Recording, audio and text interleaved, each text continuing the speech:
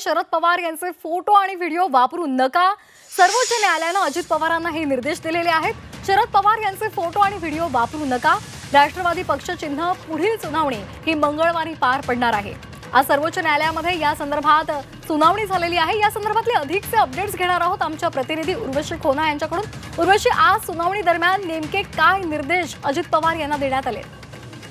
सर्वोच्च न्यायालयाने अजित पवारांना शरद पवारांचा फोटो अजिबात वापरायचा नाही असं सांगितलं आहे। तसंच या पूर्ण जी सुनवाई झाली त्या मार्फत असं ऐकू आलं की कशा प्रकारे कोर्टाने अजित पवारांना सांगितलं की मजकूर जे सांगितले होते, डिस्क्लेमर्स सांगितले होते चिन्हाच्या खाली, ते नुसतं प्रिंट मीडियामध्ये नव्हे तर इलेक्ट्रॉनिक मीडिया, ज्या त्यांच्या कॅम्पेनिंग ज्या सगळ्या यंत्रणा आहेत त्या सगळ्यांवर लिहायला हवं।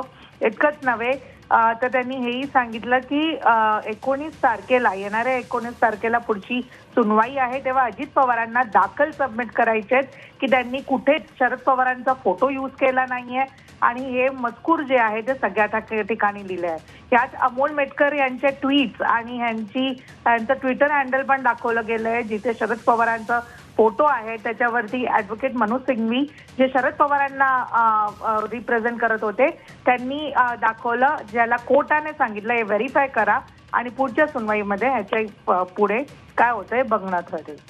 अगदी धन्यवाद उर्वशी, आपण दिलेल्या सविस्तर माहितीसाठी।